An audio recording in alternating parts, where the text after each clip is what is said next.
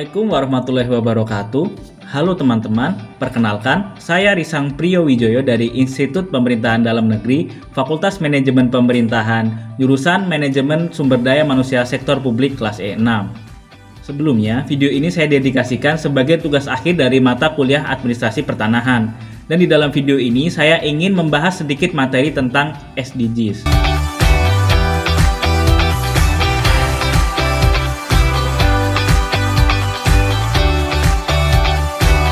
Walaupun SDGs itu sendiri sudah disahkan sejak tahun 2015 dan sudah mulai berjalan dari tahun 2016, tapi saya yakin nih, pasti teman-teman masih banyak yang belum ngerti dan belum paham tentang apa itu SDGs. Nah, SDGs itu sendiri merupakan singkatan dari Sustainable Development Goals, yang jika di bahasa Indonesiakan merupakan tujuan pembangunan berkelanjutan.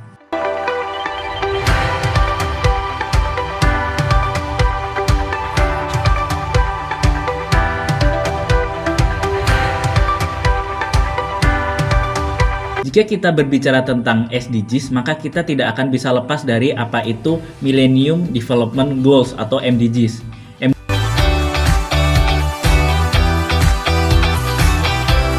MDGs sendiri sudah resmi berakhir pada tahun 2015 silam.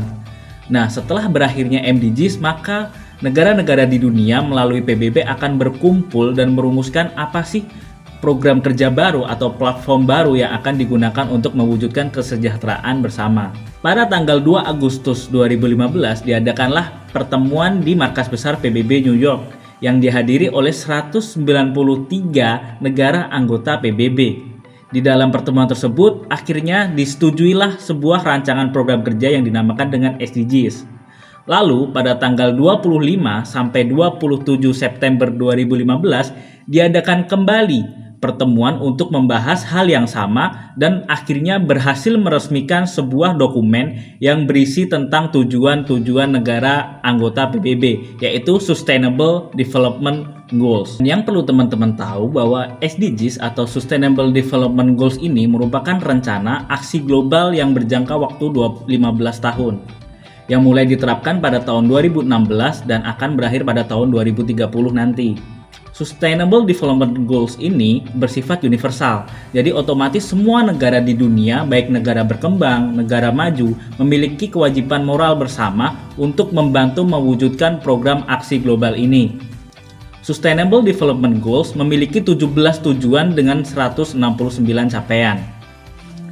Ke-17 tujuan yang termuat dalam SDGs yang pertama adalah No Poverty, yang kedua Zero Hunger, yang ketiga Good Health, yang keempat Quality Education, yang kelima Gender Equality, yang keenam Clean Water and Sanitation, yang ketujuh Affordable and Clean Energy, yang kedelapan Decent Work and Economic Growth, yang kesembilan Industry, Innovation and Infrastructure, yang kesepuluh Reduce Inequality, yang kesebelas Sustainable City and Community, yang ke-12 Responsible Consumption and Production, yang ke-13 Climate Action, yang ke-14 Life Below Water, yang ke-15 Life on Land, yang ke-16 Peace, Justice and Strong Institution, yang ke-17 is Partnership for the Goals.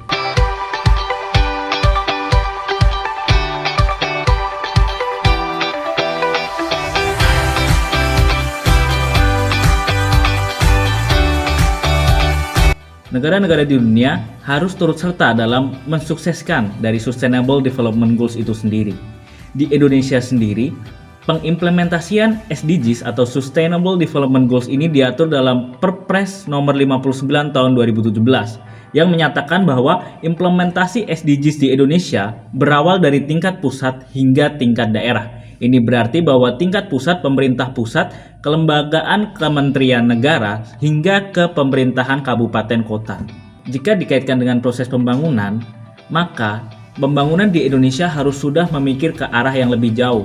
Pembangunan bukan hanya sekedar membuat gedung-gedung dan infrastruktur baru, tapi kita juga harus dapat memikirkan efeknya bagi lingkungan dan bagi kesejahteraan masyarakat. Dengan penerapan SDGs di Indonesia, maka diharapkan bahwa Indonesia menjadi negara yang maju, negara yang berkembang, negara yang memiliki infrastruktur yang sangat bagus sekali, namun tetap memiliki sisi humanis dan sisi sayang dan peduli terhadap lingkungan di dalamnya. Oke, demikian penjelasan singkat mengenai SDGs atau Sustainable Development Goals. Jika ada kurang dan lebihnya mohon maaf. Assalamualaikum warahmatullahi wabarakatuh.